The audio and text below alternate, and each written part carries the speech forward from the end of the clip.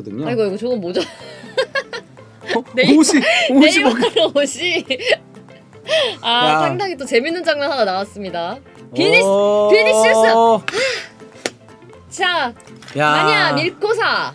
이거는 좋은 수비였다. 정말 좋은 수비 보여줬습니다. 이거는 자칫 잘못하면 페널티킥을 허용할 수도 있었는데 맞아요. 기니까 네. 길쭉길쭉하니까 그냥 이렇게 툭 쳐냈습니다.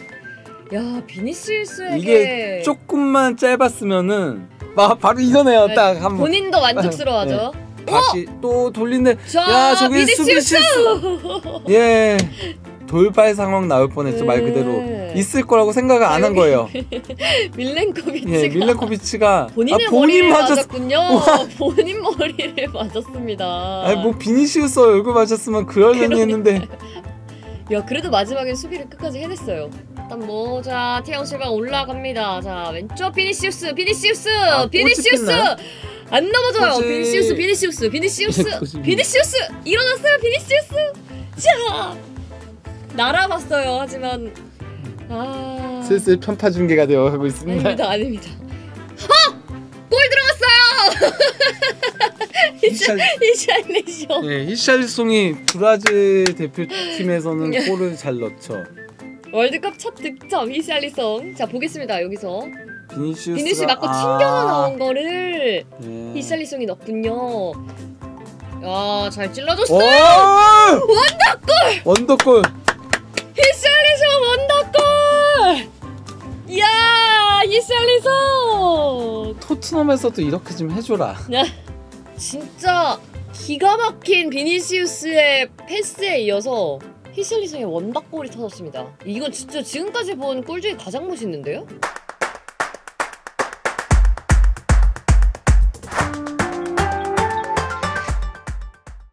네, 브라질과 세르비아의 경기 브라질이 2대0 승리를 거뒀는데요. 이 경기 시작하기 전에는 저는 개인적으로 브라질이 좀 많은 골을 터뜨려주지 않을까. 엄청난 공격수들을 또 보유하고 있으니까 기대를 해봤는데 세르비아의 수비가 너무 강했고 예? 그 엄청난 피지컬 이걸 이기기에는 초반에 조금 좀 어려운 모습도 보였습니다. 그러니까 뭐 브라질이 세르비아를 대파하기에는 세르비아가 상당히 견고한 팀이긴 했다라고 할 수 있죠. 네. 예, 세르비아가 거기다가 비교적 최근에는 그 블라호비치가 이제 크면서 미트로비치, 블라호비치 투톱을 활용한 3-4-1-2 포메이션을 쓰긴 했었는데요. 네. 원래 월드컵 예선에서 포르투갈을 제치고 조이지를 하면서 올라왔을 때 썼던 포메이션은 3-5-1-1 미드필더를 한 명 더 배치한 3명 배치한 네네. 그러면서 타디치가 공미에 서고 미트로비치 원톱에 이 포메이션을 썼었거든요. 네. 근데 바로 이 포메이션은 오늘 들고 그렇네요. 나왔습니다. 네, 오늘 들고 나온 그 포메이션. 그냥 바로 포르투갈을 2위로 밀어낸 그 포메이션을 들고 나와가지고 전반 내내 상당히 단단한 수비를 보여줬죠. 네. 그러면서 전반전이 조금 지지부진한 경기가 됐습니다. 네. 양팀 도합 슈팅이 5회였어요. 정말 전반전은 할 말이 좀 없었습니다. 제 생각에는 이 경기가 전반전 슈팅은 가장 적었던 경기가 아닌가 싶습니다. 그렇습니다. 그러니까 브라질 사회를 기록하면서 상당히 조금 공략하는 데 힘들었죠. 예, 세르비아의 단단한 수비를 공략하는 데 힘들었고 거기다가 세르비아가 나름 그래도 밀린코비치 사비치가 그래도 연결고리 역할은 곧잘 해줬고 네. 예, 그리고 이제 지브코비치가 간헐적으로 오버래핑을 들어가면서 그러면서 조금 측면 공격을 주도하는 모습들이 있었습니다. 그러면서 전반전은 다소 백중세에 가까웠다라고 할 수 있습니다. 물론 뭐 브라질이 간헐적으로 비니시우스의 드리블 돌파가 있었고 또 이제 네이마르의 돌파 그리고 또 이제 카세미루의 패스 플레이 같은 것들이 좀 있긴 했지만요. 그래도 세르비아의 단단한 수비를 뚫기에는 역부족이었죠. 네, 그렇습니다. 하지만 이제 후반 시작하면서 브라질이 조금 더 공격의 고삐를 당기기 시작합니다. 거기다가 후반 초반에 이 경기에서 수비형 미드필더 선발 출전했던 원래는 그 구델리가 요새는 나오지 않았었는데 이 경기에 블라호비치 대신 구델리가 나왔다고 보면 되거든요. 그 구델리가 초반에 조금 실수가 2번이나 연달아서 맞아요. 나왔어요. 아쉬운 실수가 있었습니다. 이러면서 브라질이 리듬을 타기 시작을 했습니다. 네. 반면에 세르비아는 조금 흔들리기 시작을 했고요. 네. 이 과정에서 결국 카세미로가 패스 준 거를 네. 네이마르가 또 연결을 해줬고 네. 이걸 비니시우스가 슈팅 가져간 거를 네.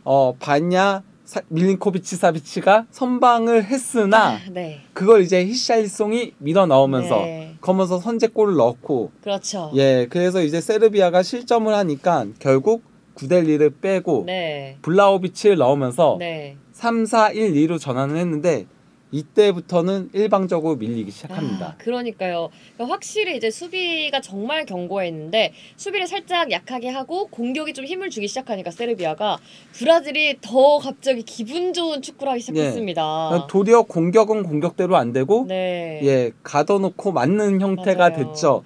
이때 큰 실점을 안 한 게 세르비아 입장에 다행일 것 같아요. 어쨌거나 그 전까지는 수비셋, 미들셋 이렇게 단단하게 구축을 했었는데 수비셋에 미들 둘이 되니까 예 이게 옅어지기 시작을 한 거죠. 네. 예 거기다가 이제 브라질이 비니시우스가 또 다시 네. 측면 돌파에 이은 크로스를 네. 히샬리송이 환상적인 예 진짜 이 골이 정말 너무 멋있었던 게 그 비니시우스의 이 아웃프런트로 탁 주는 그 패스가 기가 막히게 났고요.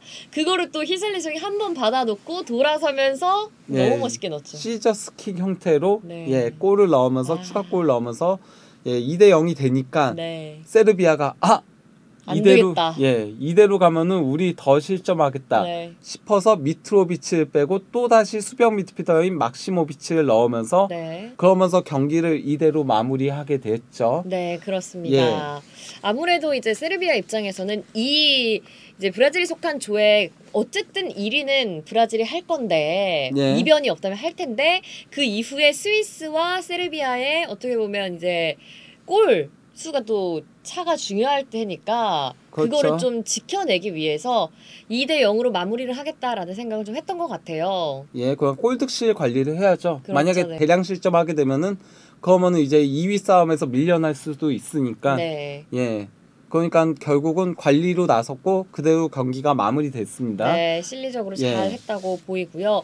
그러면 이제 이 경기에서 히샬리송 선수가 2골을 집어넣었단 말이에요. 히샬리송이 진짜 애국자형 공격수거든요. 네. 토트넘에서는 이번 시즌 아직까지도 프리미어리그에서 득점이 없습니다. 네. 챔피언스리그 4경기에서 2골이 전부예요. 네. 그 정도로 토트넘에서는 아직까지도 녹아들지 못하는 그런 문제를 보이고 있긴 한데요. 브라질 대표팀만 보면 미쳐 날뛰고 있거든요. 어떻게 그럴까 진짜 신기하네요.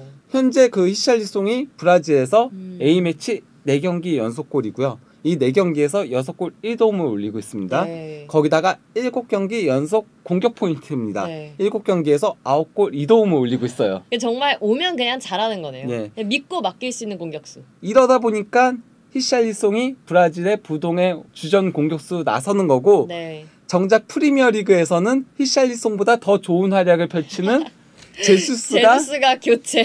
교체로 들어오게 되는 거죠. 네. 히샬리송이 나가면서 교체로 들어오게 되는. 네. 정말 신기하네요. 근데 네. 히샬리송이 왜 이렇게 이 브라질 대표팀에만 오면 잘하는 걸까요? 토트넘과 뭐 차이가 있을까요? 저도 그것까진 잘 모르겠습니다. 왜냐면은 이거는 그냥 그런 선수들이 있어요. 포돌스키처럼 네. 약간 좀 네. 예, 거기만 오면 뭔가 기운이 좋아지는 선수들이 있거든요. 아무래도 그 대표팀이 주는 또 무게도 있을 수 있고. 네. 그러니까 예를 들면은 데파이는 그렇게 얘기할 수 있어요. 바르셀로나에서는 잘 못하지만은 네덜란드에서 더 잘하는 거는 네덜란드에서 중심적인 역할을 하거든요. 그 데파이는 조금 중심적인 역할을 해야지 잘하는 선수예요. 네.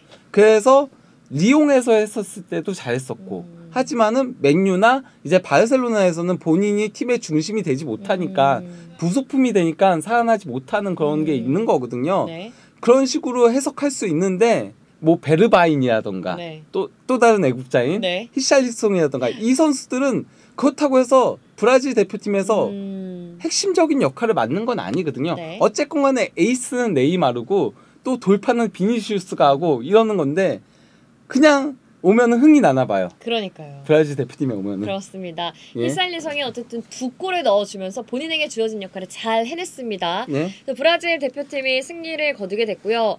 아무래도 이제 브라질 속한 조는 브라질이 좀 탄탄대로로 갈 것으로 보이고요. 다만 이제 브라질 입장에서 네. 경기 막판에 조금 우려스러운 점이 나왔죠.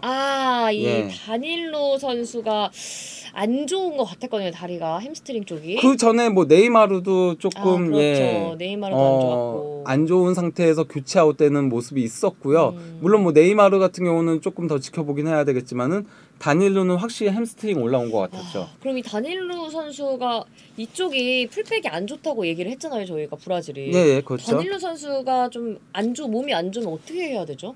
그러면은 아마도 일단은 뭐 여태까지의 평가전을 봐도 그렇고요. 밀리탕이 오른쪽 풀백으로 나설 것으로 보입니다. 밀리탕이 오른쪽 풀백으로. 예, 센터백인 밀리탕이. 네. 예. 그거 다니 알베스는 최근에는 잘 안 쓰더라고요. 아무래도 이제는 나이가 들어서 그런 것 같긴 해요. 네. 그러니까 밀리탕을 선발 출전시키면서 이제 승부처에 핀포인트로 넣는 형태로 하지 않을까. 다니 알베스를. 예. 알겠습니다. 공격 면에서는 좋은 모습을 보여줬던 또 브라질인데 수비 쪽에서 다닐로의 부상이 앞으로 좀 걱정되면서 브라질의 앞으로는 좀 저희가 지켜보도록 하고요. 네. 어떻게 될지는. 세르비아는 좀 어떤 얘기를 하면 될까요? 세르비아 같은 경우는 일단 이 경기에서 코스티치가 경기를 앞두고 하루 전에 이제 근육통이 네. 있었다라고 하더라고요. 네. 그래서 출전하지 못했는데 확실히 코스티치의 부재는 보였죠. 오른쪽은 그나마 치프코비치가 조금 공격을 했는데 네. 왼쪽은 물라데노비치도 별로였고 네. 교체 투입된 라도니치도 별로 좋은 모습을 보여주지 못했어요. 네. 그러면서 왼쪽 공격이 너무 죽는 모습들이 있었거든요. 그러다 보니까 이제 세르비아도 조금 코스티치가 빨리 부상해서 회복하길 바라야 되고 네. 또 이제 타디치도 확실히 예전만 못해요. 타디치가 오늘 많이 보이진 않더라고요. 거기다가 코너킥을 원래는 코스티치가 있으면 타디치와 코스티치가 서로 나눠서 차는데 세르비아가 어쨌건 간에 높이가 있는 팀이어가지고 세트피스에 굉장히 강하거든요. 네, 포르투갈 상대로도 맞습니다. 세트피스에서 골을 넣었던 팀이었어요. 네. 근데 그게 나오지 않았거든요. 네. 그런 부분에서도 코스티치의 부재가 조금 크게 드러났다고 할 수 있겠는데요. 타디치가 조금 폼을 끌어올릴 필요성도 있어 보이긴 합니다. 네. 그리고 블라호비치는 교체 투입돼 가지고 뭐 한 게 좀 없긴 네, 했었죠. 그러다 보니까 이제부터는 조금 만들어가야 돼요. 브라질전은 어쨌건 간에 패하지 않는 게 더 중요했었고 네. 다 실점하지 않는 게 중요했었기 때문에 수비적으로 내려앉으면서 플레이를 했다고 하더라도 앞으로의 경기들은 승리해야 되는 경기들이거든요. 그러니까 스위스라던가 그리고 또 이제 카메룬 상대로는 그렇죠. 그러면 조금 더 주도하는 축구를 해야 되는데 이게 과연 가능할 것인가는 좀 지켜봐야 된다. 그나마 그래도 밀린코비치 사비치는 나쁘지 않았었고 네. 뭐 그랬다라고 할 수 있겠습니다. 네, 그렇습니다. 이렇게 정리를 하도록 하겠습니다.